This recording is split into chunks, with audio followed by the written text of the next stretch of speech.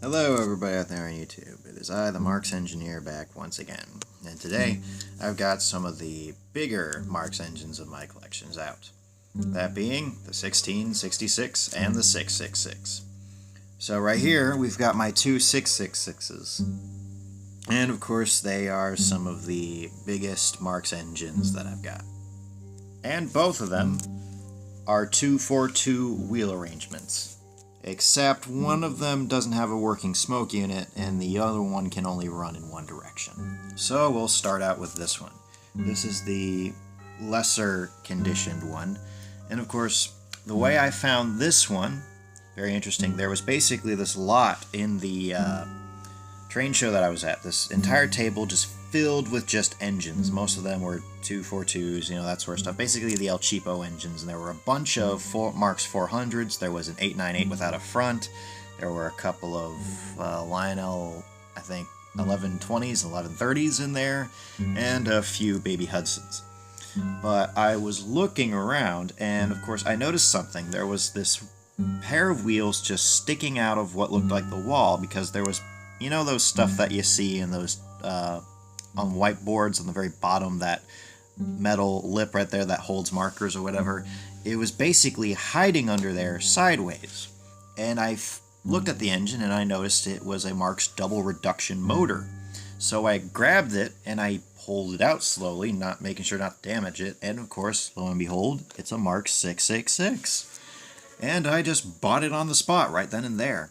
But then I noticed, after testing it, the engine was very, very jittery and it didn't really want to move. So to fix that, I permanently glued the directional bar to only go forward, as that's really only what I needed it for. And then I noticed another thing. It only had one screw. So I went back into my little Marx parts bin and I found two big screws for the Marx 994 type engines. So I fished it out and I just put those on. It didn't have a rear truck though, which is, kind of weird. And of course I basically tore it off of my 1666, which for all intents and purposes is basically just a downgraded 666 that is also made out of plastic. Yeah, not very good. But anyways, these engines are made out of die-cast metal, and these were the best engines that Marx ever made. They were heavy, they were sturdy, and they were very powerful. Not to mention, they were some of the first engines to have a smoke unit. And these things, whoo boy, these are almost indestructible. And they also had some that were modified, like the Allstate ones, to have a little tube that went out to the cylinders, and every time the engine would puff some smoke up, it would also blow it out the side from the steam chest. And some of these even do this without this little modification, as the way that the diaphragm is made, it's simply the door hangs just a bit down under there, and whenever it pushes up, it just pushes a little bit of smoke out of there. Not to mention, if it gets going for a long enough period of time, all that smoke will eventually just start leaking out the back, which I've had that occur a few times, and sometimes the entire engine will be smoking. Not like thick smoke, but just you can barely see it, but when you see it up close, you can see a ton of it. So anyway, I added some of this gold stuff on with some gold marker that I had lying around, and it looks decent. I did it on the tender too, but that was a little bit sloppy. And of course I painted some of the valve gear details. And one thing that I noticed, it has a bell, a horn, and right here, this is where a whistle would go. On the other 666 I have, it has that, which I'll get to in a minute. But for now, here's the tender for it. And this actually used to be the 1666 tender. However, I couldn't find a tender for this guy, so I just ripped that one off and I put that one on. Because the box type tender that I had for it, not a slope back, but it was a box type one, it just didn't really look right with it. And also, a lot of 666s had these slope back tenders. What I really would want is a sound tender. Or sound of power, I don't know how to say it, but one of those type of tenders. Or heck, even the Lionel chuffing tender, where it's got the pinto beans or whatever inside it rolling on a big wheel. But yeah, I've never really had any problems with these engines, as since they're so heavy, they don't require traction tires, and since they have a double reduction motor, they can go on a lot of different O-scale track without having much problems, although the pickups do sometimes interfere. But regardless, though, it's a very good engine, and I would recommend it to any Marx enthusiast.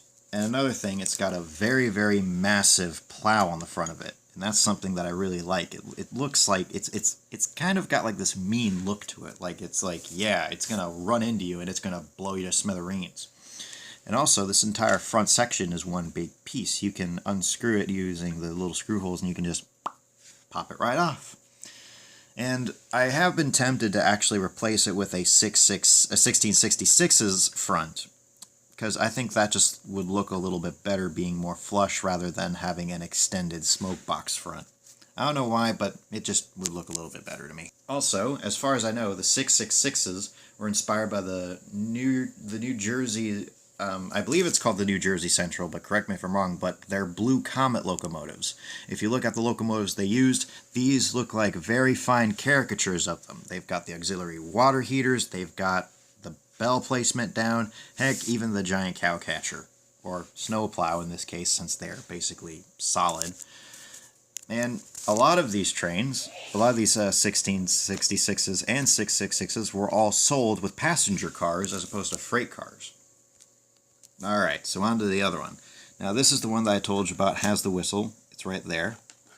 And this one actually was in a lot better condition.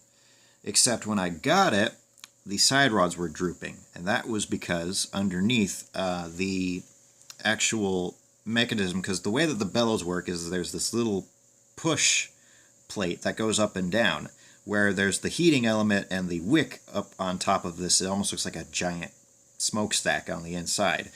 And the rods are hooked up to a little sliding mechanism, and when it slides, it pushes the bellow upward, making it puff up air to puff the smoke up. Now, if this rod mechanism is not there, then it will not move, and the smoke will just pool in there, and eventually it'll either go out that way or it'll leak out the sides, because since the bellows are not facing upward, they're always facing down, it leaks out of there, giving a weird look that the cylinder cocks are left on. And occasionally all the smoke just goes out through the cab, like I said before. Now, of course, when I got this one, I went back and I got this tender for it. This is the large Lionel tender. Now, I am thinking about converting it to have a chuffing mechanism in it, so that way whenever it moves around, it'll go ch-ch-ch-ch-ch on it.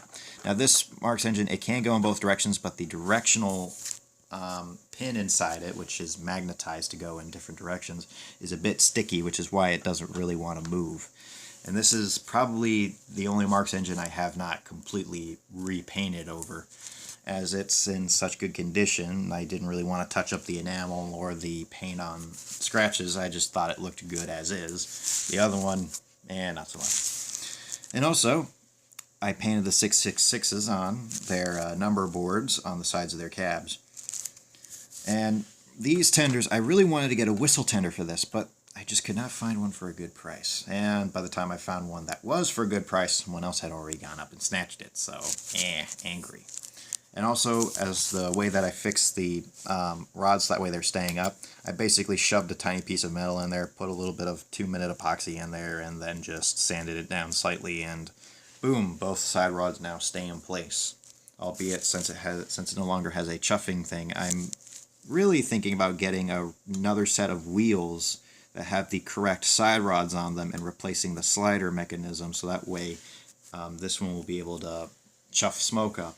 Because I would really like to see this one do it, as this one has a smoke pill rattling around inside there, which, to be honest, I prefer to have these things have smoke pills than smoke oil, as I think they perform a whole lot better with them in there, and the smoke's a lot thicker and a lot whiter. So yeah. But anyways, these are some of my favorite Marx engines, right up there with the Commodore Vanderbilts and the 333s, which are those massive Pacifics that they made. But yeah, this has been the Marx Engineer. I hope you enjoyed the video, and I'll see you guys later. Oh, one more thing. I got both of these at the same train show.